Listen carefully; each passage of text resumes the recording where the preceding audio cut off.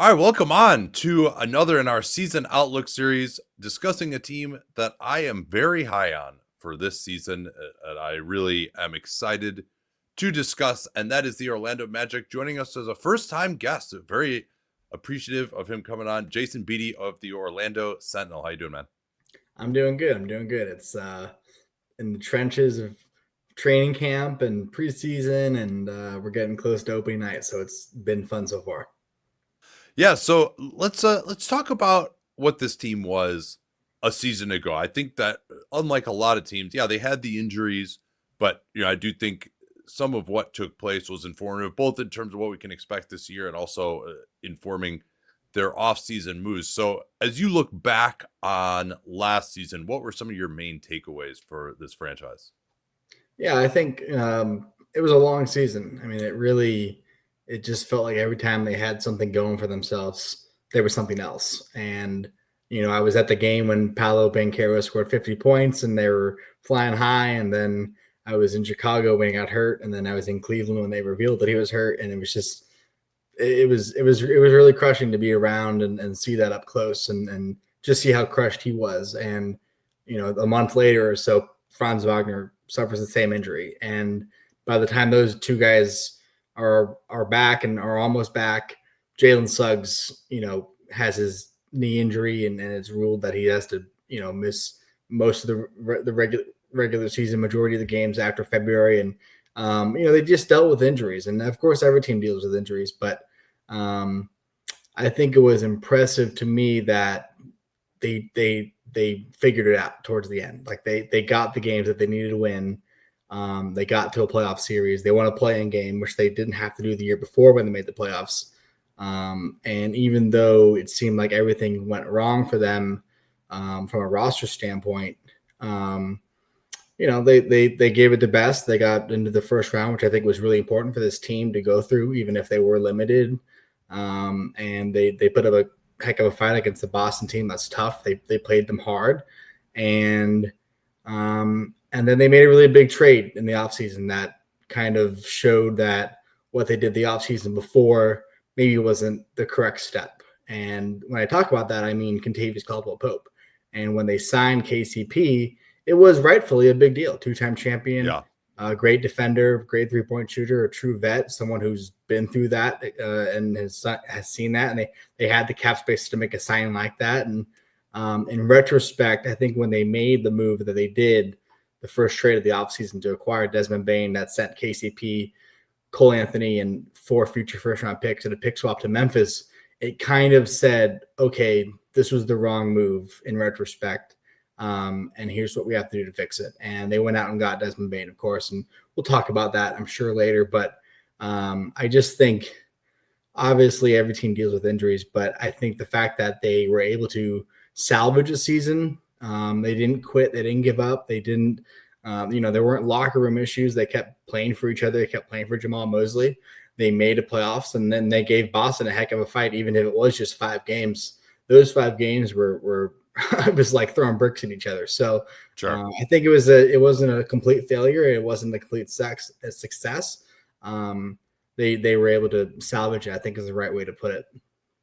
Yeah, so a few things that really stuck out to me from last year, and then I think one of our things we'll talk about is whether these are going to continue. And feel free to break in on any of these if you had more impressions. I mean, number one is they were just an absolutely atrocious shooting team. They were the worst 3-point shooting team since the 2011-12 Bobcats, which went 7-59, the worst win percentage ever in NBA history. And of course, they're the number 2 defense to make up for that. Like, they're a good team. They made the playoffs, but like that was truly incredible. And it wasn't even like that. It just seemed like there was something in the water, even where even guys who used to be good shooters, I mean, they've never had great shooters on this team overall, but even guys who used to be able to make them okay were just totally off. Wendell Carter shooting like under 20%, KCP for the first 4 months of the season is under 30%.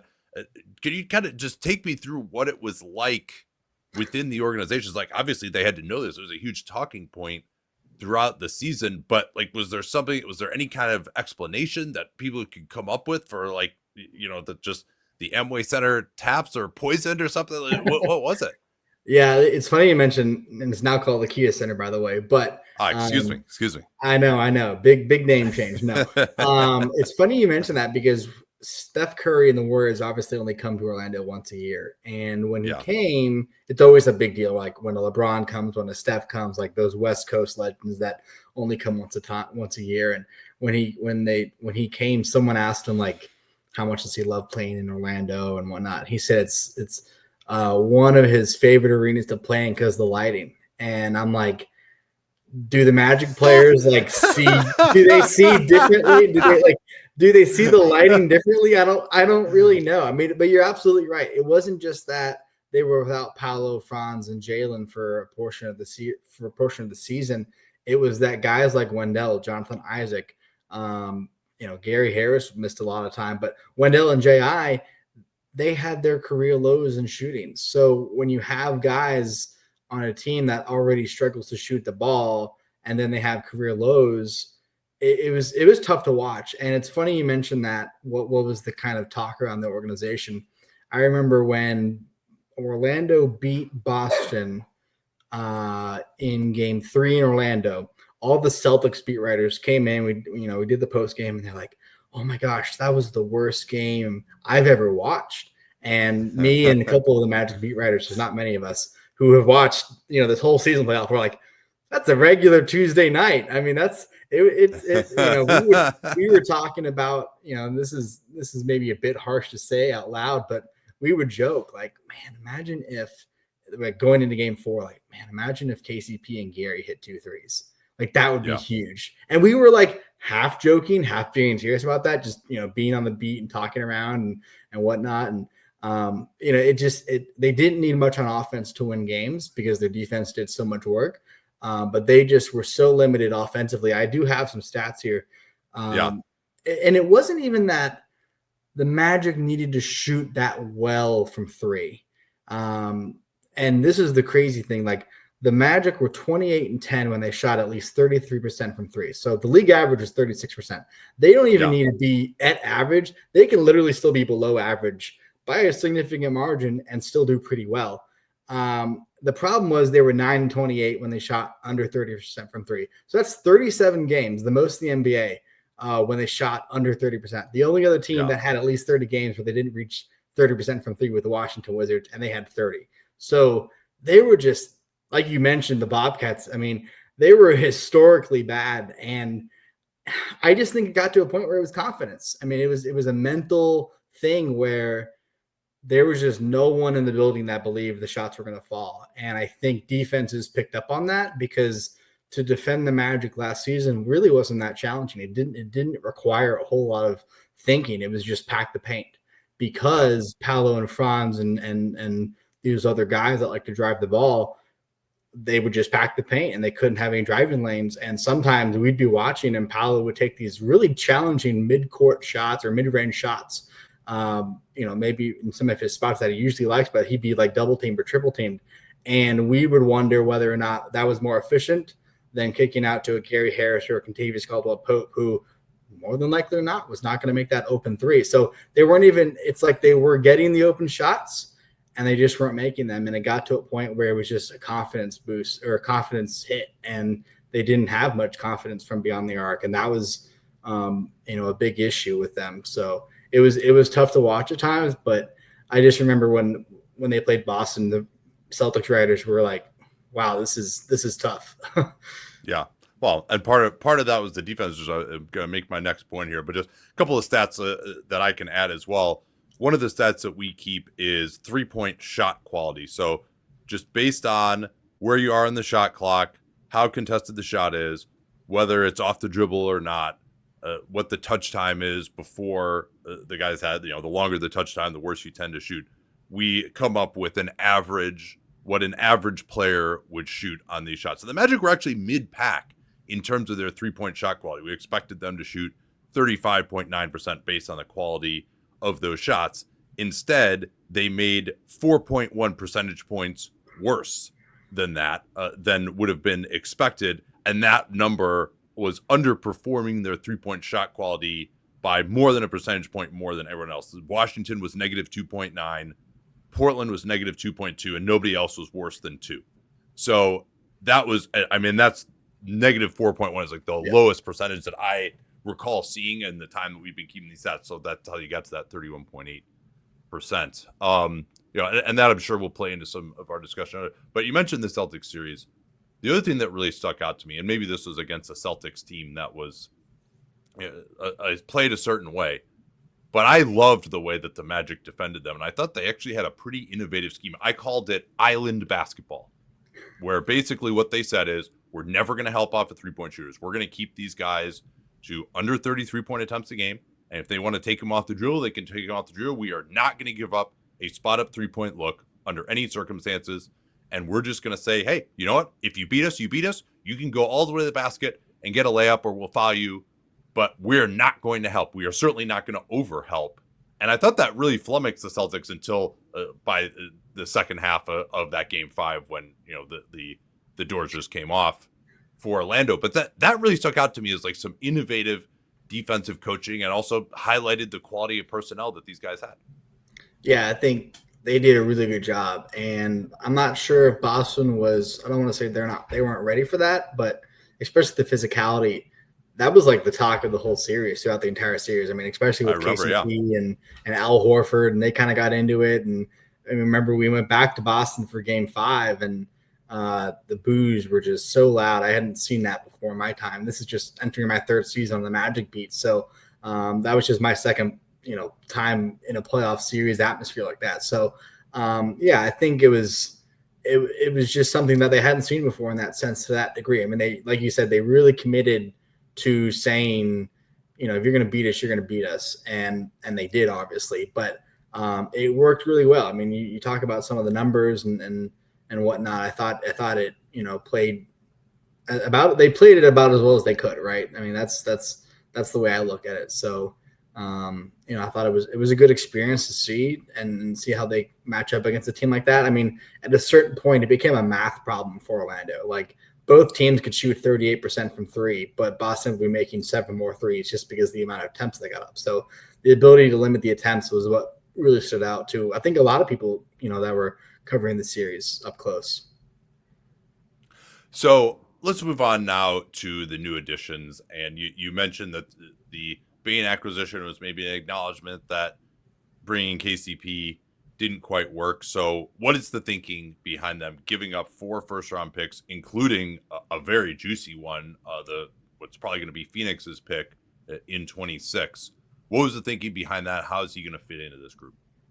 Yeah, I think there was some sticker shock. I kind of laughed at first when the news broke about it, because you saw the 4 unprotected first, and it really wasn't. I mean, it was 3 unprotected first. That first pick was the number 16 pick in this past draft. So we knew that wasn't changing, but it's still nonetheless 4 first-round picks. And I think a lot of that had to do with moving off of Kentavious Caldwell-Pope's contract. Like, they knew they had to give up some picks to say, okay, this contract is loaded. And you know, I don't remember the exact numbers, but they paid a lot for him. I mean, it was in the low 20 millions. He is $66 million. Yeah, total. And I think they acknowledged that, you know, as much as they love bringing him in and having that championship pedigree on their roster, moving him was necessary. And I think the other thing about that trade is, you know, a lot of fans maybe who don't follow the Magic up close see a Cole Anthony get moved. That to me was also surprising. He was a culture guy. I mean, he was the guy that had been around for a long time. You know, Jonathan Isaac is the longest tenured player on the team, but Cole had been there for quite some time as well. And he had just seen that franchise, you know, rise up from the ashes a bit. And I think to move on from a guy who's, you know, that funny guy in the locker room, but has a lot of heart and hustle on the court, also said a lot about the franchise. But I think finally to see Jeff Weltman make a move and not be afraid to use some of those draft picks, because they still have quite a bit of draft capital in the future, to use some of that. I think you talk about the picks, you know, Memphis has already traded 1 or 2 of those picks, I believe. So, you know, they know that, or at least the plan, the Magic hope that those 28s and those future 2020s drafts, they're going to be a good team, right? So, their logic is if a late round pick really going to help us in the future, they clearly didn't think so because they were offering, 4 of them up. And I think that one pick that you mentioned, the swap,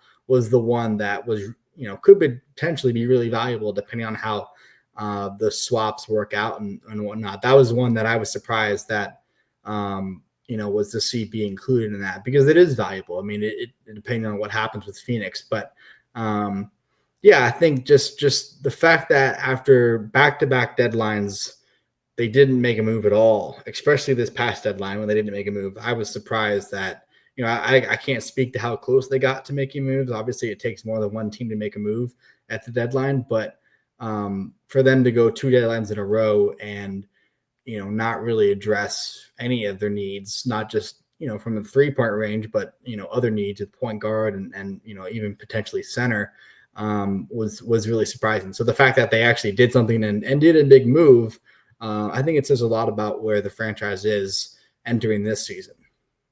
Yeah, and also maybe where the East is as well. And I liked the move for them. I actually liked it for both teams, frankly. But to me, like we talked, part of the reason I wanted to bring up that island basketball that they played against the Celtics and just overall how good their defense is that like that's going to be the path probably for these guys to be a championship contender is built on defense. That's where Jamal Mosley has been so outstanding for these guys. And obviously the personnel as well. And so Bane, he's not like a great individual defender, but he can switch. He's strong. I don't think he's someone who's just like meat that you're just going to put him in pick and roll every time for if you're the other team. And then, of course, he's one of the best shooters in the NBA. And so where else were you going to find someone who could upgrade your shooting? I mean, because that's not going to be at center probably. Like that sort of player is really, really hard to find. And they have investments at center already. Franz and Paolo are going to be there. Those guys, we'll see. We'll talk about their shooting. And then Jalen Suggs is part of this group too. So really, shooting guard is the only available position to upgrade.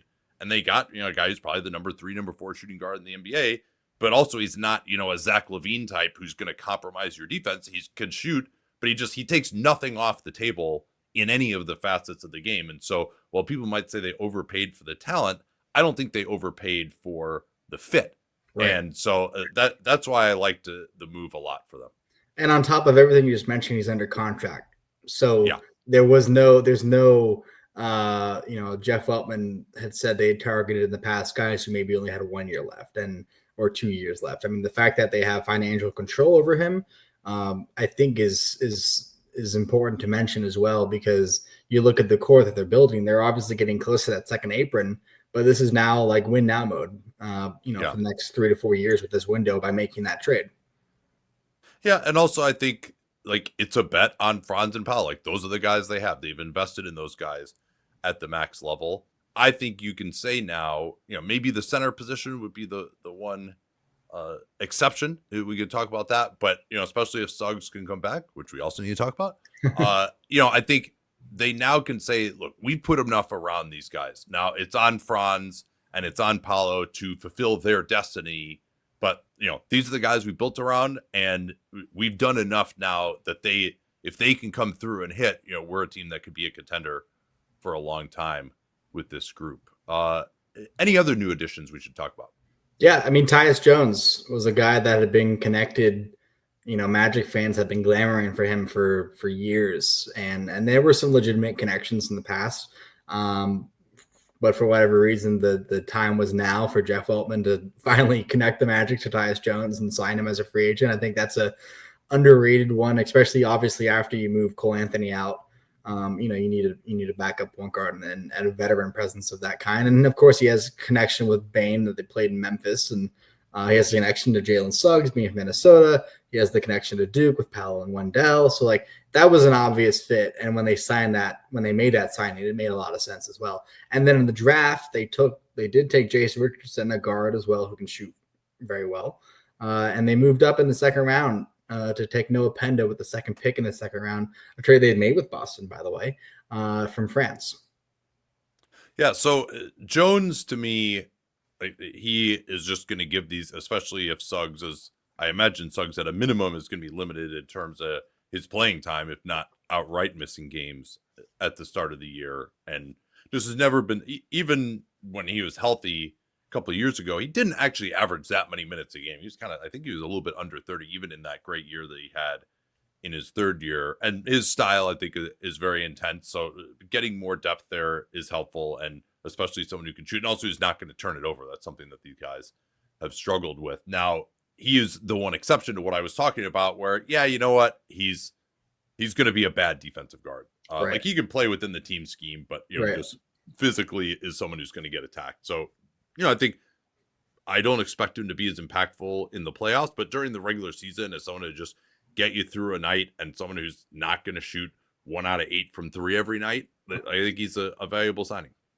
Yeah, and I think that's, you know, I'm sure you remember watching the Boston series when Cole Anthony was on the court for as little as time as he was.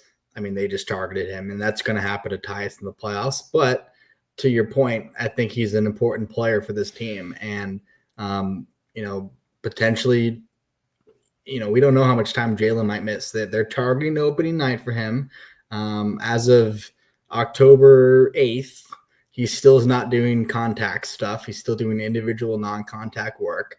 The idea is you have to play in a preseason game probably to be ready for opening night and do contact, of course. But I think getting someone like Tyus Jones in there, you know, makes a lot of sense. And it just seemed like the logical signing in free agency for a position of need like that. Yeah, can you elaborate a little bit more on what you know about his injury? I mean, I think when did he have the surgery? Like early March, but he had been shut down, I think, for a time before that. Yeah, it was but definitely. In terms of just, you know, what they've said about this injury, because what is it called, the trochlear channel? I forget exactly what it is, but it's not one that I've seen before, and I follow this stuff pretty closely.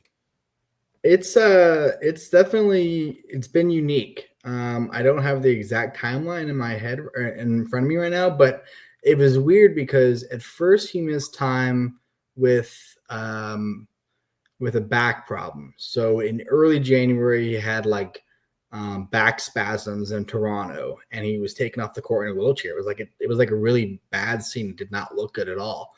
And then he came back, and that first game he came back in February, it was like early January he got hurt, and then he came back in early February at home against the Pistons, and he had a left knee injury.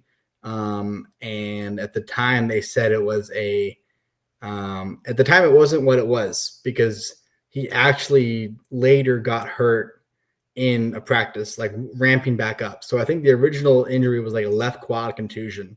That's what they described it as. And then when he was ramping up, he said he felt something pop in his knee.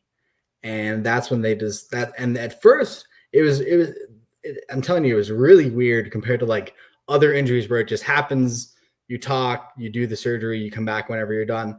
It was like they expected him going into the surgery to be back for the playoffs. They said he's, you know, done indefinitely out. We don't expect him back for the regular season. And then he went into the surgery, had the surgery done.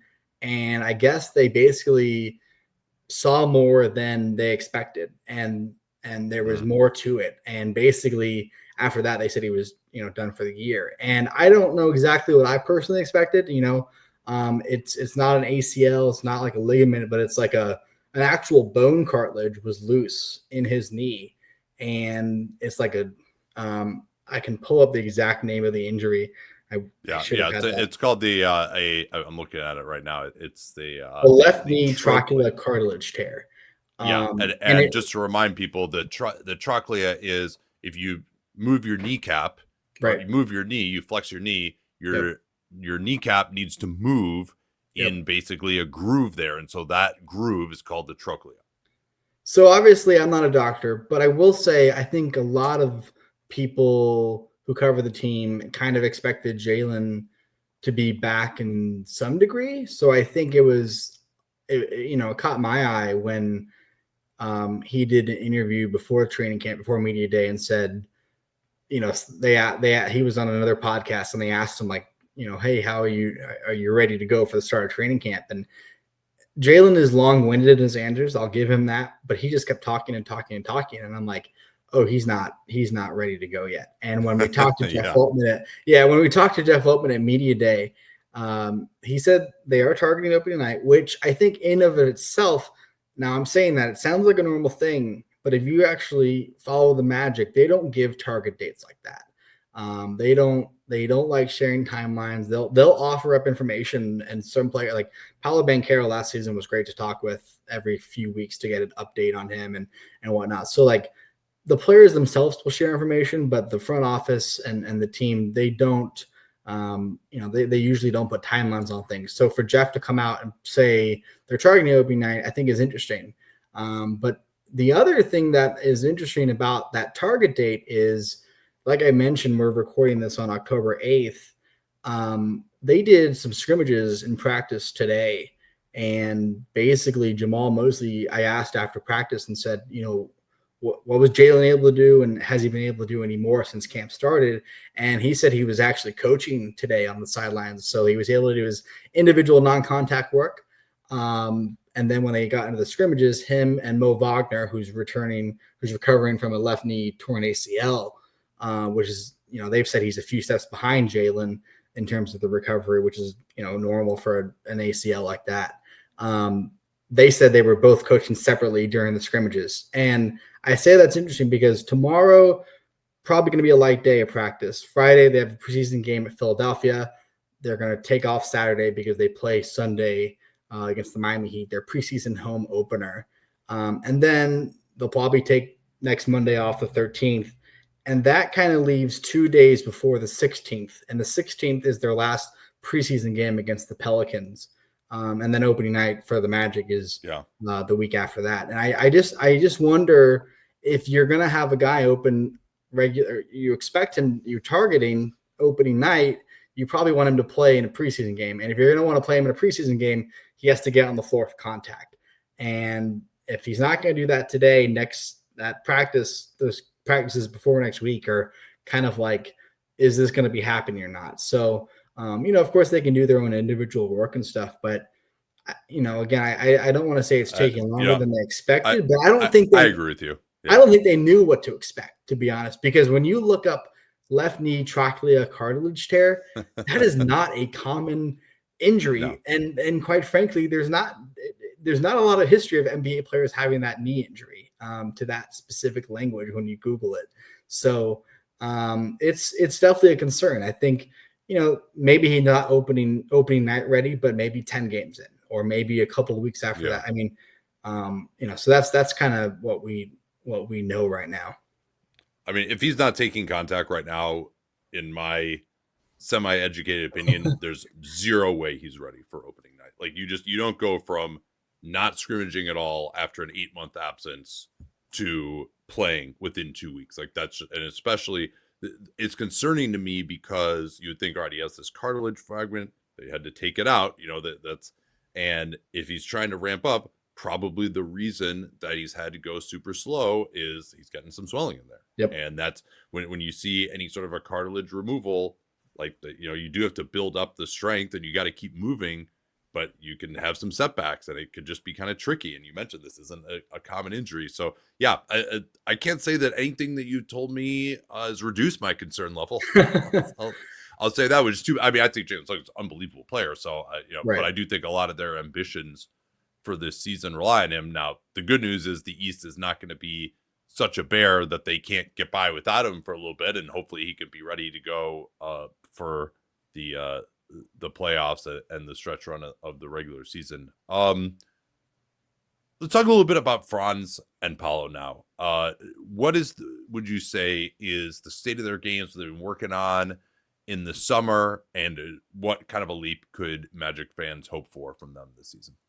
Yeah, I think Franz is really the more interesting one, just because the way Paolo returned eventually down the stretch and into the playoffs was high level. I mean, if he doesn't get hurt, you're looking at probably an all NBA season from him last year. And the same, Franz is probably fringe. He would have definitely been an all-star if he didn't get hurt at the time of which he got hurt in December, when Paolo was out in November during that stretch before Franz himself got hurt. And I think with Franz pre and post injury, you could easily tell a difference in his shooting form from three. Yeah.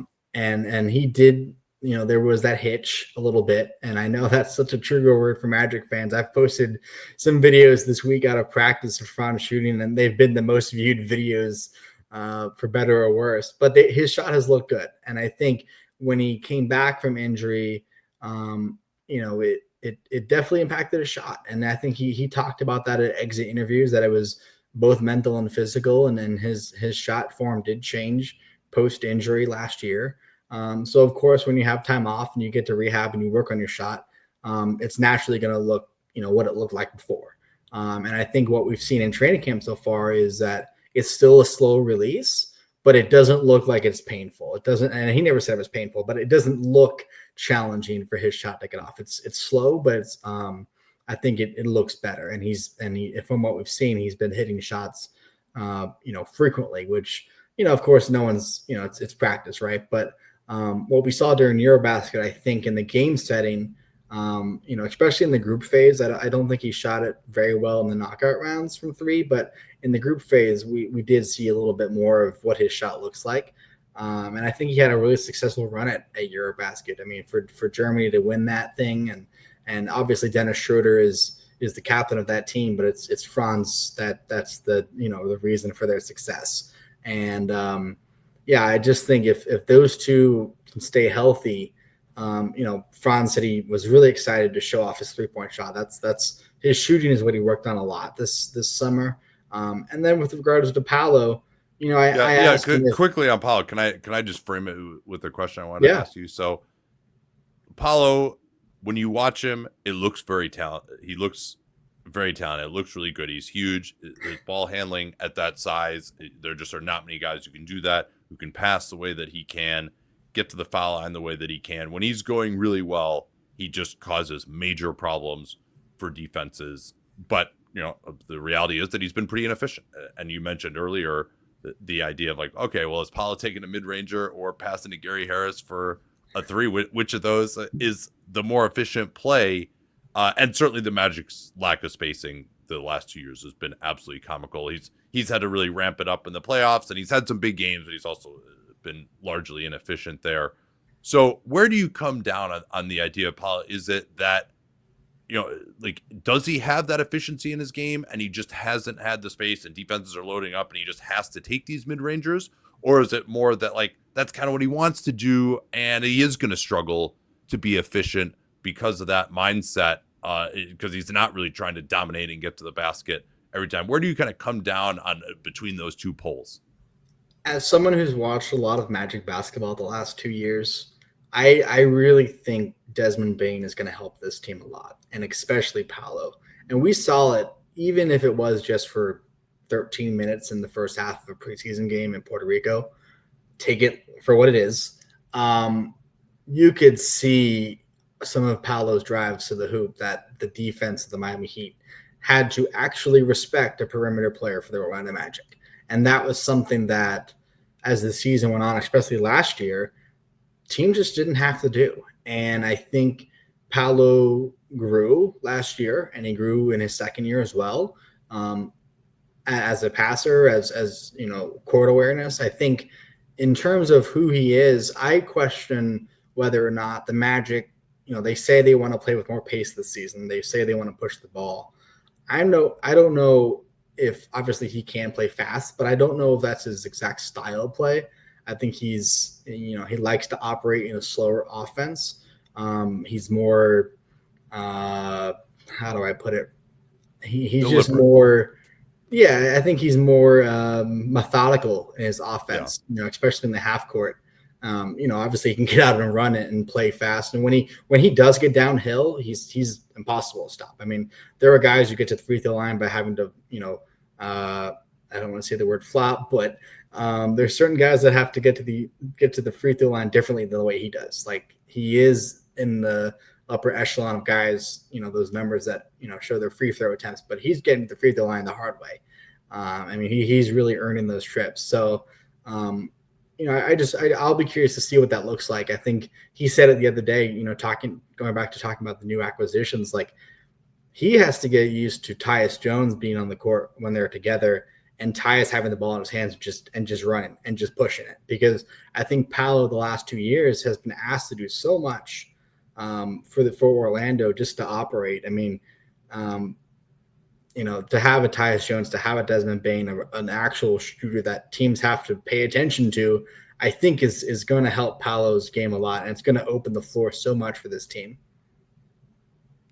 Yeah, I tend to come down on that side of it as well. And I think if they can actually make some shots, and also, he hasn't really even had someone who could run pick and roll with him, use him as the roll man, or maybe get a switch and then he can get in the post. But when you just look at his physical characteristics, there are not many small guys that I think could keep him from getting to the basket if he has the space. Now, one of the things I've kind of wondered is, would teams consider putting, a big power forward or even a center on him to guard him? And, does he have the quickness or the ability to make a mid-ranger if that guy backs off of him?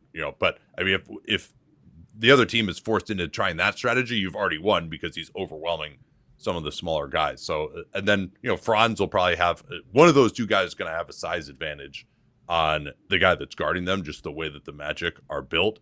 And both of them can really get downhill and get to the basket. So if there's space, and both of them can pass too. So I'm bullish on what they can be. Obviously, both those guys' shots are a little bit in question. So are some of the other guys other than Bane and maybe Tyus. But yeah, I tend to think that now, if they don't perform offensively this year, I think there will be some pressure on Jamal Mosley to have a better scheme. That's something that stood out to me too. But yeah, I think these guys are.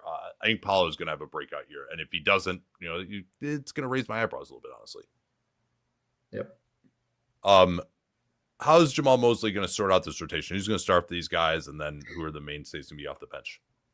Yeah, I think obviously what the status of Jalen Suggs determines a lot of that. In the first preseason game, we really didn't learn much because they also took a night off for Franz Wagner because he played 9 weeks of Eurobasket.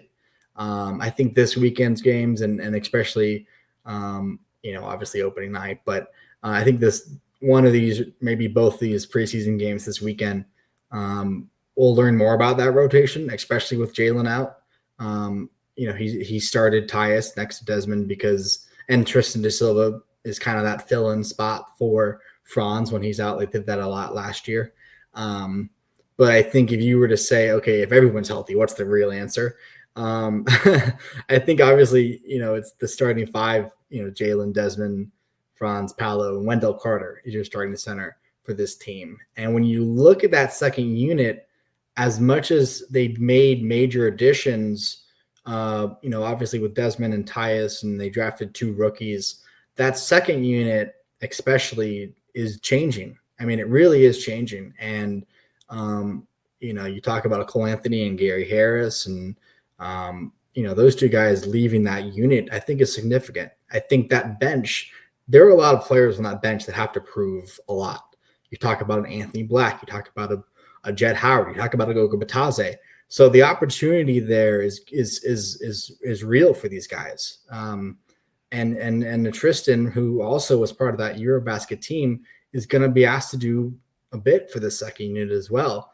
And I think when we saw in the preseason game Jace Richardson come off the bench as well, that's an intriguing addition because then you're really questioning what's Anthony Black's role. Because if he's not going to be the backup point guard, what is he going to become? What's his role in the future on this team? So, obviously we'll see what Mo Wagner looks like when he comes back and we'll see when he does come back. He's apparently, 2 steps behind Jalen Suggs. So, I think it's going to be a little bit longer for Mo Wagner, but, the second unit and the bench have been such a strength of Orlando, maybe not last season, but 2 seasons ago. It was such a special part of that team. And I think there are real question marks on the second unit that I think there's obviously when you have a guy like Tyus coming off the bench, that's proven, and we've seen sparks from Anthony Black. We've seen sparks from Goga Batadze, but we really haven't seen it consistently. And that's something that I think a lot of those guys coming off the bench have to prove, what they're capable of doing on a nightly basis. But you're going to have to see, there's not going to be many nights where it's 5 and 5 out. it's there's going to have to be one of Paolo or Franz on the court at all times, probably. And I think acquiring a player like Desmond Bane is going to, maybe they can fit him into that rotation and him be, one of the three guys on the court at all times. But, you're talking about the Magic bench, and I think there's just a lot of change that they have to figure out. I don't know how much of that is settled, to be honest with you. Yeah, some of the combinations are interesting. You mentioned Isaac really struggled from three. Carter really struggled from three. Carter in particular, if he could get back to just being passable, even from the corners, I think that would be big for this group, because he's not necessarily going to be involved in every action. He's not like a great roll to the basket guy, but he's really good defensively. He can switch. Like, I was really high on him, but then he just completely forgot how to shoot last year. And I mean, this what you just went through there highlights how dependent they are on Suggs. Like, Jett Howard hasn't really produced. I expect him to be the Kyra Lewis Jr. Memorial tax dump to get under the tax by the trade deadline. I would expect I'm sorry. I just have to say that's great. That's great. Where it's just the team goes into the season over the tax by the exact amount of the player's salary, essentially, and then they move the guy. Right. Yeah, I got to look at it a little more closely to see if they have to do anything else besides that. But it certainly is very close. And then and it doesn't. I mean, if they can get out of the tax, especially with how expensive they're going to be going forward, they should. I assume a second round pick will allow you to dump Howard, and then but yeah, I mean, like KCP and Gary Harris. Harris was kind of he's on a minimum now, like he's kind of on the back end of his career, but those guys at least were, could guard the ball and fit in any lineup in theory as shooters. And KCP shot it better by the end of last year. So I think his season actually is a little bit underrated, because he was also very important to what they were doing defensively as the number 2 defense. So I think they will miss him to some degree, because Bane is not the same type of on-ball defender. But then if they don't have Suggs, like, because Suggs can both shoot pretty well and, of course, is one of the best defenders on the ball in the league, then you're like, okay, well, we'll go with Tyus Jones. He's a good point guard, but that really is going to compromise our defensive identity, as you go through it. Tyus Jones, Bane, Wagner, Paolo, Wendell, like, who's going to guard the ball with that group? So maybe they start Anthony Black. Well, Anthony Black, as you noted, is really struggled to shoot the ball too. I think, he's got great size, his athleticism getting better. He's getting strong. He's really good defending both on and off the ball. So he's part of that group, but you kind of really, without Suggs, you really have to start to make a lot of compromises. And they don't really have, like, De Silva, I think, can fit in okay. He's got to shoot a little bit better, but he's not someone who can guard the ball either. So they really are, like, the only guys they have that you love now guarding the ball defensively are Suggs and Black. They've always punched above their weight. But as I go through this, I do wonder, over the course of the regular season, like, can they maintain that number 2 defensive rating, because it is going to be a different kind of group now. It is. And I think, they're going to, however much time Jalen misses. And of course, like you mentioned before, he's probably going to be limited in minutes when he does come back and whatnot. We'll see how that goes. But, we've also seen in the past where, a couple of years ago when Markelle Fultz was out and Anthony Black was a rookie, not part of the second unit, Anthony Black started, and they kept Cole Anthony on the bench, and they kept that second unit together. And last year we saw, Tristan De Silva start when Paolo went out, and then eventually when Franz went out, and they had to get really creative in those December, January months. But I think Jace Richardson, I'm not saying defensively, of course, but Jace Richardson could see the court earlier than some people expected, than maybe even he expected, because if the Anthony Black's going to be part of that second unit, I could see Jamal Mosley leaning towards putting Jace in that position, because they've done it before, and they've continued to highlight what Jace has done. I mean, he had a great third quarter in that first preseason game, and of course that was just one preseason game. We'll see what this weekend looks like for him, but I think Jace could see the court much sooner than some people expect, and a lot of it has to do with what goes on with Jalen Suggs and whatnot, but I'm not sure you could, put Tyus and Jace together if they're going to be coming off the bench. But if you have Jace with the starters, maybe that's something. But it is interesting how important Jalen Suggs is to this team. Yeah, well, I mean, there's a reason he's making what he's making, and just and like Derek White is another kind of similar player Yep. to him. Like those guys are just absolutely invaluable. If you can Yep. make shots and defend at that level, it just enables you to do so much more because there are just not that many guards that can do both of those things at a really high level. Even if Jalen is not, I thought he took some strides as a ball handler last year. I don't think they'll need him to do as much of that this year.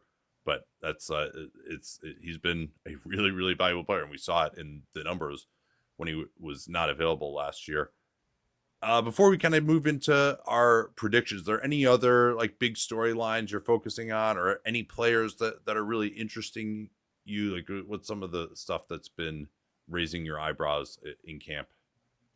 Yeah, I think we've talked a lot about all the different acquisitions and guys like that. I mean, the one guy who could bounce back in a big way is Jonathan Isaac.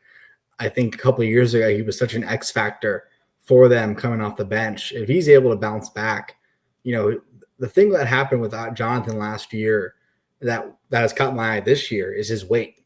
He said he came into last season at 250, which was up from 219. So they wanted him to put on weight. That's too heavy for him, I would say. They thought that he was going to be playing more with the 5 because if you actually watch that Cleveland series from a couple of years ago, he started the first 2 games of the series. I remember before they shifted Wendell Carter back in because they thought, oh, he's past the point of rehabbing and coming back from his knee injuries that he's going to be starting for us at center. And then they asked him to put more weight on. It was a group decision. They said, he owned up to it that they said they made the wrong choice and they went the wrong path. And he just looked so sluggish out there last year. And he's come in, like I said, he was around 250, 240 last year. They're now listing him at 230, but he looks like legitimately skinnier out there. I mean, if you look at videos and photos of him, he's actually, skinny. And he talked about the fact that it allows him to be more free to play the way he wants to play, to bounce around on defense. And I think if he can, if that translates to him getting his shot back and translates to him being bouncy on defense, that can really change some things defensively for that second unit. And he can, be more of that X factor that he was a couple of years ago when we saw him, really, really change some games for them.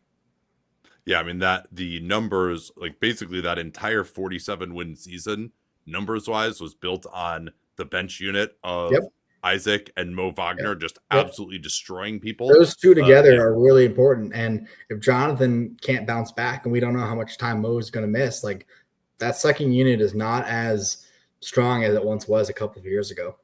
Yeah. Now, if you can throw Desmond Bane into some of those units, that certainly helps, and hopefully you get more health from Franz and Paolo too. But yeah, I mean, it's a big year for Jonathan. He's got $8 million guaranteed next season, and we know what their salary obligations are. I'd say Anthony Black, same thing for him. He'll be extension eligible next summer, and he's also making $10 million. And like next year, Suggs's salary goes down. And so they actually get a little bit more relief as the cap goes up. But next year is like the absolute big crunch year where they do project to be, as of right now, $20 million over the tax. And so, you move on from Jet Howard, you can reduce that, move on from Black, or you move on from Isaac. But you would think that some of these guys are not going to be around just due to the finances next year. So some of them are kind of playing for their future with this group. What are like the main strengths and weaknesses you see for this team that we haven't talked about yet? Yeah, I think, defense is going to be their bread and butter. I mean, you talked about it. To be on the court for Coach Mosley, you have to play defense at a high level. And, I'll be curious to see how much they actually play at a fast pace, what that actually looks like. The interesting thing for Orlando last year was when Corey Joseph, at the ripe age of 33, got into the lineup and the offense actually started working a little bit better. I think that said so much about how that offense was not working before, because he was actually able to bring the ball up across midcourt when the shot clock was at 21 or 22 seconds. Their issue was not just pace in terms of number of possessions, but legitimately getting into their stuff quicker on offense. And Corey did a really good job of that, and that helped ease some of that up. And that's why they had to go get out a guy like Desmond Bane or Tyus Jones to help operate that offense. And of course, they were missing Jalen Suggs in the second half of that season and in the playoffs. But the fact that a Corey Joseph last year at his point in his career could help the offense, I think really said a lot about where they were. And yeah, I think going into this year, if they're going to be pushing the pace, the big talking point from Jamal at the start of training camp was converting. And I don't have the exact numbers in front of me, but they were one of the best defensive rating teams, and they were one of the worst transition teams. And they just couldn't convert in transition last year. And if they're able to do that, that could be a big strength of theirs. And that's just, whatever it might be. I just think there were times where they just, they couldn't get out and run the way they wanted to, or at least the way they were converting turnovers and forcing stops and whatnot. So, the defense is going to be their strength. That's what they're going to rely on nightly. And then, the weaknesses in terms of the pace, they've been saying they want to play with pace for some time now. I think I'm kind of in the let's wait, let's see it. And then they should be able to, right? Like that you should have, they're going to have 4 guys on the floor who can get a defensive rebound and push it. And I don't know if they're going to be quite as ridiculous forcing turnovers this year, but they were number 2 in the league. Almost 17% of opponent possessions ended in a turnover. That was like just barely behind that unbelievable group in Oklahoma City. So there should be and there also have been a really good defensive rebounding group too. So that gives you more chances. Yeah, the opportunities will be there for sure.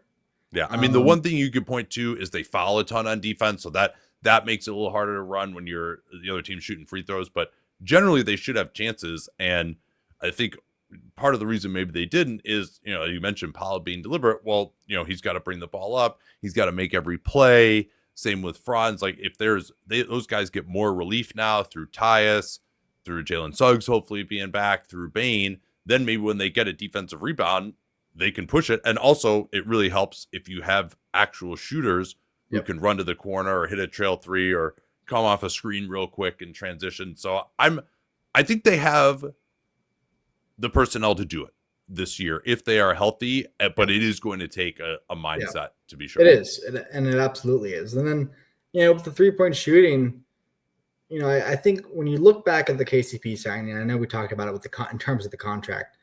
Yes, he was, a 40% 3-point shooter, and then he was, really reliable from 3. The problem was the attempts.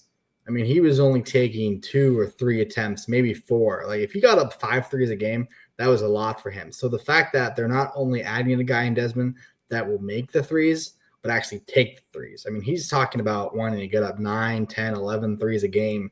I think he said it at media day. He wants to get up the most he's ever got in his career. And, of course you have to make those, but I think having guys like Desmond, and when Jalen does come back, who's going to be getting up 7, 8, 9, if you can have Paolo and Franz going at 3 to 5, like the problem with KCP is he didn't attempt enough. And that was an issue where, if you're only getting 2 or 3 up and you're only making 1, that goes back to my point about how easy it was to defend this Magic team at points last season. So, the weaknesses, they think they mitigated it with Desmond Bane, but we're going to have to wait and see what the 3-point, if some of those other guys like Wendell can become more reliable from the corner, like you mentioned, that would go a long way for this offense. A couple other things we can point to, just the overall size and strength and physicality of this team is something that's always going to be big.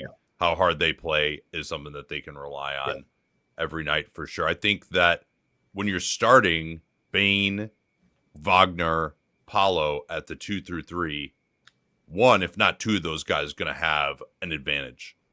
And that's something that I think, especially if they can just space the floor well enough, that should be better.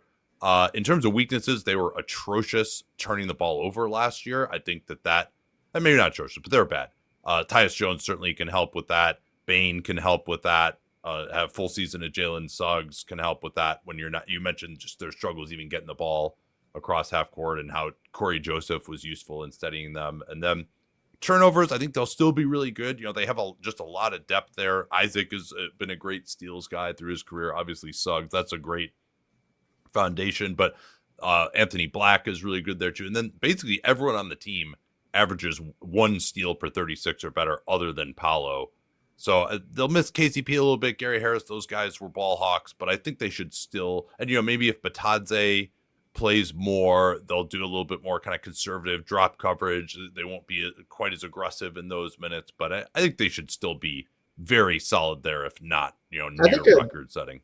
Another weakness that maybe isn't highlighted enough that they could work on, and it's kind of a problem for Paolo, is the free throw shooting. Their mental, it was just mental mistakes with the free throws. I think they were legitimate games where free throw shooting cost them.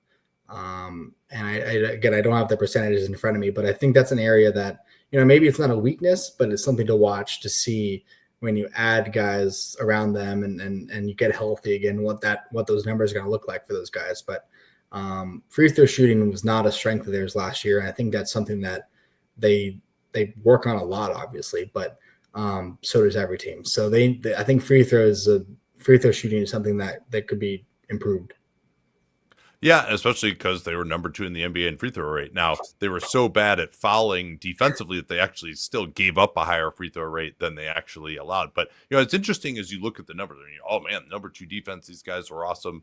They still was a big gap between them and number 1 Oklahoma City. But they were great on the defensive glass, number 4. They're great forcing turnovers, number 2. They're only 11th in opponent shooting, and then they were really bad in terms of fouling. I think they can get better with the fouling just as they get more experience in general. And I think they can get a little bit better in terms of allowing opponent shooting too. But I do expect that turnover number to decline a little bit. So especially, again, with Suggs kind of questionable, working his way back, as I start to really try to put it all together with these guys, I don't know that I'm just penciling these guys in to be the number 2 defense.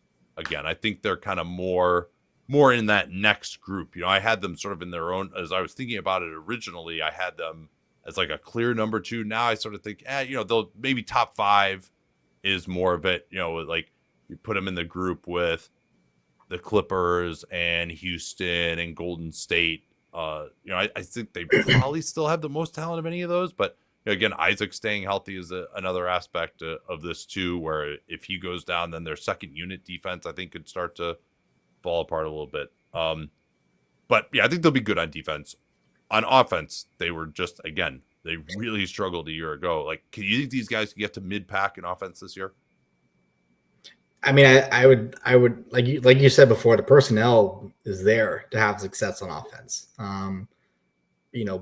Pushing the pace and running and getting into their offense faster was such a relief last year. I think, they're going to be able to use Paolo in some different ways because he doesn't have to have the ball in his hands as much. Like, not only is Desmond Bane different from KCP in that he can shoot the ball at a high level, is he can actually have the ball in his hands quite a bit and run some of the offense for them, which, Kenny wasn't really doing a whole lot. I think there was a certain point in the year where they tried to do some stuff for him, but it just didn't really work out. And I just think, they haven't been, top 10 offense since Dwight Howard left. So as long as they're not bottom 5, like that's, it goes back to not only have they not been a top 10 offense since Dwight Howard left, they have not been a top 20 offense. That's right. Dwight Howard left. That's right. Yeah, they have been a bottom 10 offense. Like, I think I know you knew that, but just to clarify it. So,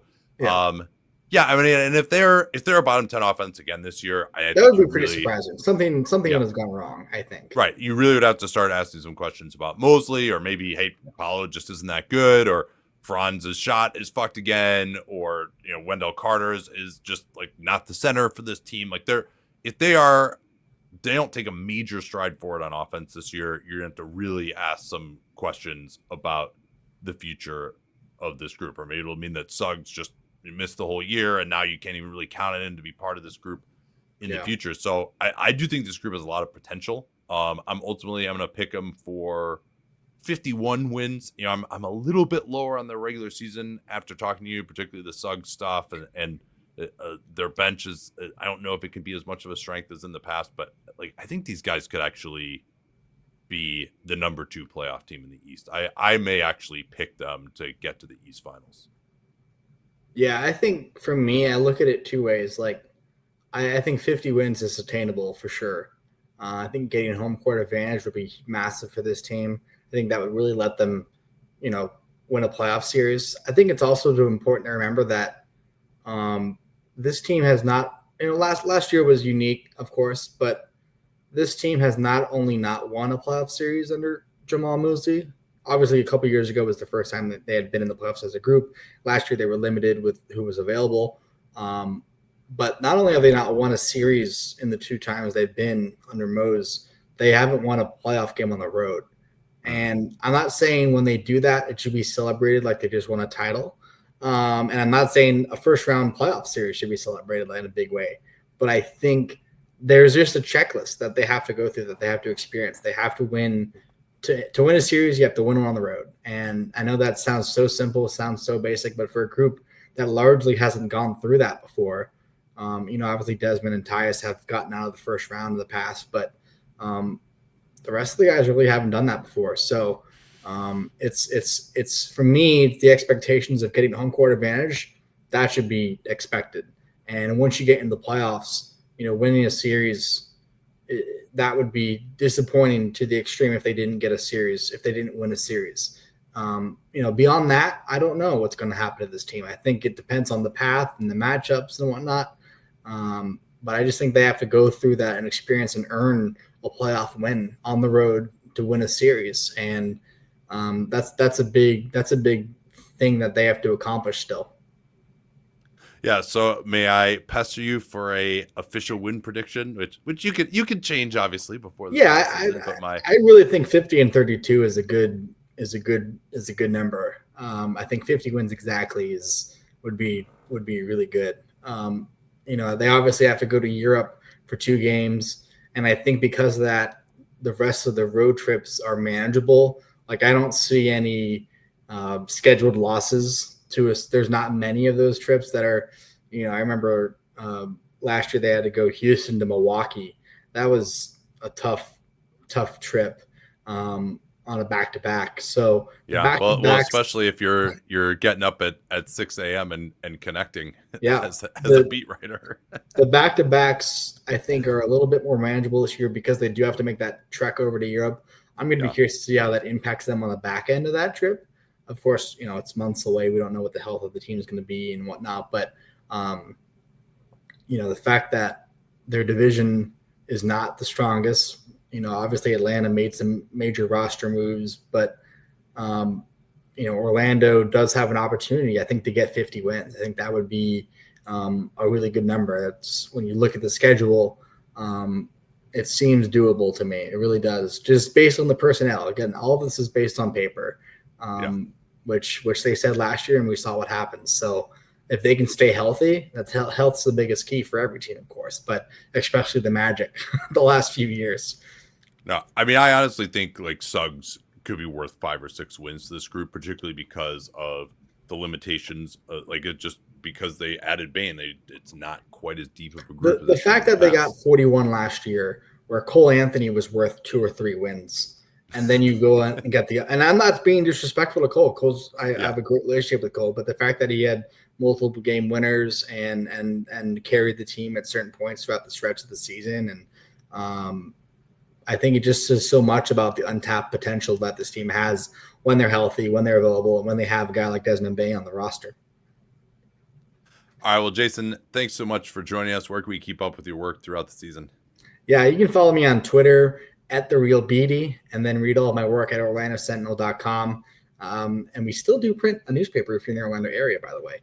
But at TheRealBeede on Twitter, OrlandoSentinel.com is where you can find all my daily beat work. Yeah, and shout out to my guy Jay Michael as well, who's kind enough to connect us. Jason's former editor. He's now moved on to boxing. He's an editor at Ring Magazine, which I just talked to him recently. He's really excited about that, but definitely missing him in NBA coverage. But really enjoyed this talk, Jason, and looking forward to keeping up with your work throughout the season. Absolutely. Thanks for having me on.